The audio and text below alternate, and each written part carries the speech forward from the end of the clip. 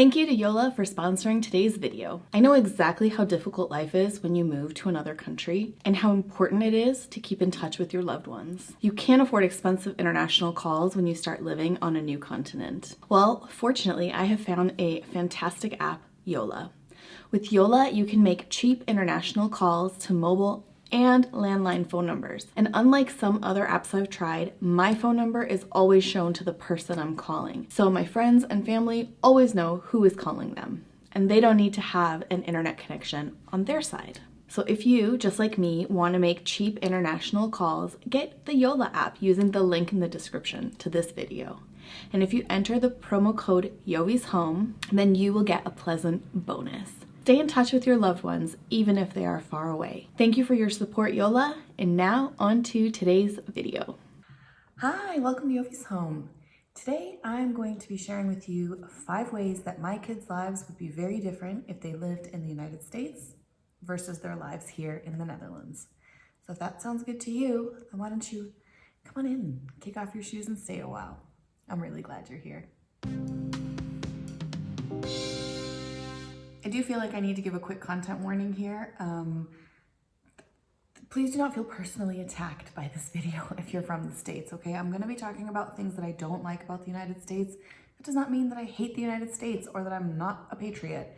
What it means is that there are definitely things happening in the United States that I disagree with, that make me feel unsafe, that make me not want to raise my children there. That is what we're gonna be talking about here today. So please, don't feel the need to just be mad at me like in the comments. I didn't put these things in place. I am not the reason that these things are the way they are. If you're feeling very angry, write to your senator, your congressman, your governor, your whoever, and let's get that shit changed. Let's vote in elections and get these things changed, because I feel like every child should be able to live the kind of life that children in the Netherlands do, or children in Europe do, or children in other parts of the world do. So that's it. There you go. That's my disclaimer, okay? It's gonna make you feel uncomfortable, but it makes me feel uncomfortable too. And that's why I left. One of the reasons. So my children's lives would be a lot different in the United States than in the Netherlands, because now both of my children are school aged and they are in elementary school. If we lived in the United States, they would carry a bulletproof backpack. This was shocking for a lot of people that watched a video where I referenced bulletproof backpacks in. They are a thing, they are real, and if I lived in the United States, my children would carry them.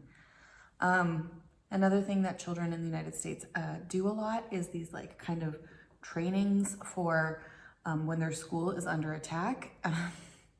And it's really hard to imagine my 3-year-old, my 4-year-old, my 6-year-old having to be aware of what it would be like to have a gunman in their school. And the lovely thing is that here in the Netherlands, they don't have to do that. And I'm sure in other parts of Europe, they don't have to do that.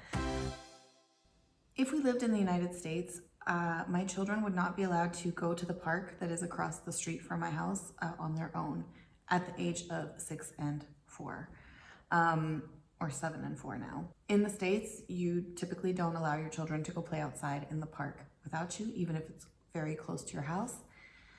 For different reasons. There are a lot of predators, there are a lot of kidnappings, there are a lot of bad, scary shit that goes on. But also, you as a parent, if you allow your children to go outside on their own, you could be arrested or accused of neglect. Your children can be taken away from you. Whereas here in the Netherlands, you do allow your children to play outside on their own. Is it Denmark or Sweden? One of the Nordic countries, you can even go into a restaurant and eat your meal and you leave your baby in their stroller sleeping outside. And people don't just take your children. So in the United States, there is a much graver or higher risk of danger, it seems, than here. Children in this neighborhood and in all other neighborhoods within the Netherlands and certainly in other European countries, they play outside on their own. Children are given a much greater degree of independence and freedom from a much younger age here, and mine are included in that. So if my kid wants to go outside and play in the park for 30 minutes, an hour, whatever, on a weekend with his friends that are also outside unsupervised, essentially, they can do that, and that is a normal thing here. You know, they're put in situations where they have to be a little bit more independent from an earlier age, which is very interesting because they come back and they'll be like, oh, there was a conflict here and this is how I sorted it, and then they feel very confident, like their confidence is increased because they were able to do something without having to go to mom or dad or babysitter or whatever. Also, Dutch kids also bike to school on their own from quite an early age. And that is something that my kids could not experience if they lived in the United States. In the Netherlands, children attend what we would refer to as year-round school. This does not mean that they go to school 52 weeks a year. What this does mean is that they go to school and then they have a break, and then they go to school and then they have a break, and then they go to school and then they have a break. They have many more frequent breaks throughout the year. But this means that then their summer break is much shorter, typically around 6 weeks, maybe 7 weeks, 6-7 weeks in the summer, and not the whole long summertime like in the US. I think it's 2.5 or 3 months that you might even have. You have a very long summer break. So because you have this like on-off schedule, that is why it's called year-round school. The other thing that's different is that in the Netherlands, and I also know certainly in France, let me know if it's in other countries too, your children get out of school on Wednesdays at noon. I heard also that in the Netherlands, sometimes they're moving also towards Fridays at noon, but I don't think that's happening everywhere yet. But basically, children go to school for less time during the week to give more time for extracurriculars or playing, I guess, when you're little. But you can go do your sports and your clubs, and you can do things during the day on Wednesdays and I guess on Fridays now. So this is very different. In the States, you just go, I don't know, 8 to 4 or 8 to 3 or whatever every single day. And that is one of the ways that their life is different here, is the different schedules. This next one I have listed as the government actually cares about them. And I know that that's getting very political, but I mean, we started out with bulletproof backpacks, so clearly this is a little bit political.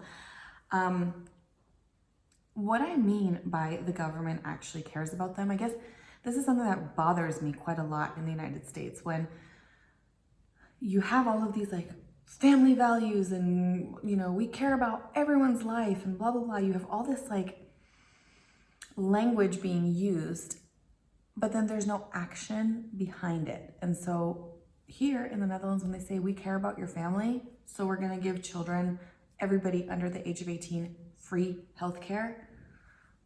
Don't come for me in the comments and say nothing is free, it's taxpayer funded. Yes, okay, that's fine, I get that. But what I'm saying is no family out of pocket has to pay anything for their children under 18 to have medical insurance and access to medicine and medical treatment when they need it.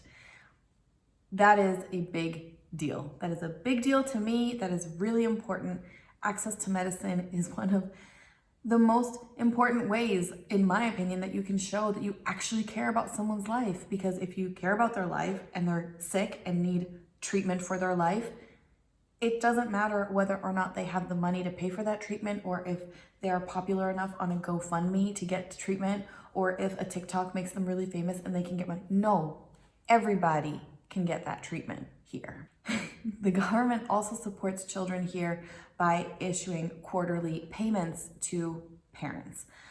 For each child, depending on their age, it's a little bit of a different amount, but basically for every child in the Netherlands, regardless of your parents' income, the government gives you a payment quarterly to help with whatever it is, whether it's to pay for extracurricular activities, whether it's to buy some clothes, whether it's to help with food, buying diapers, whatever it is, you're gonna get a chunk of money, and the government doesn't care how you spend it. It's just like shows up in your bank account every 3 months and you can use it for your child.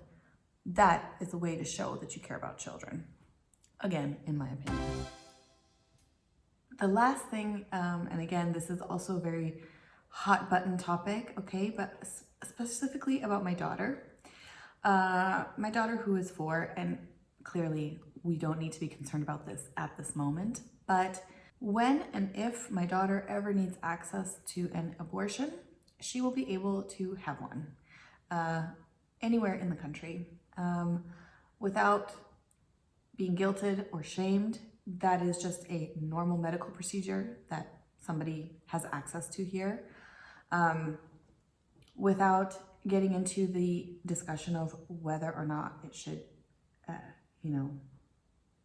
I am not judging anybody for wanting to have an abortion or not wanting to have an abortion, for being for abortion or against it, okay? But what I am against is people making decisions that affect my life without my consent. My opinion is, if you don't want to have an abortion, if you don't believe in it, don't have one, but do not infringe on somebody else's right. And that is something that I definitely feel like in the Netherlands, my daughter can know, and all females can have access to. It is just a medical procedure, and if it is your decision to have one, you can have one. It will be covered under your health insurance, and there's nothing more to it than that. I really struggle with some of the rhetoric that's coming out of the United States, shaming women and making them feel like, it is not their body, it is not their choice.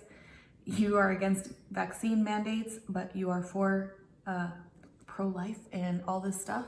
And I don't really see how you can be pro-life if you are also not voting to give extra support to people who have children by way of maternity care or free health care or extra food stamps for low-income families, payments like what I was mentioning, quarterly payments, all of these things.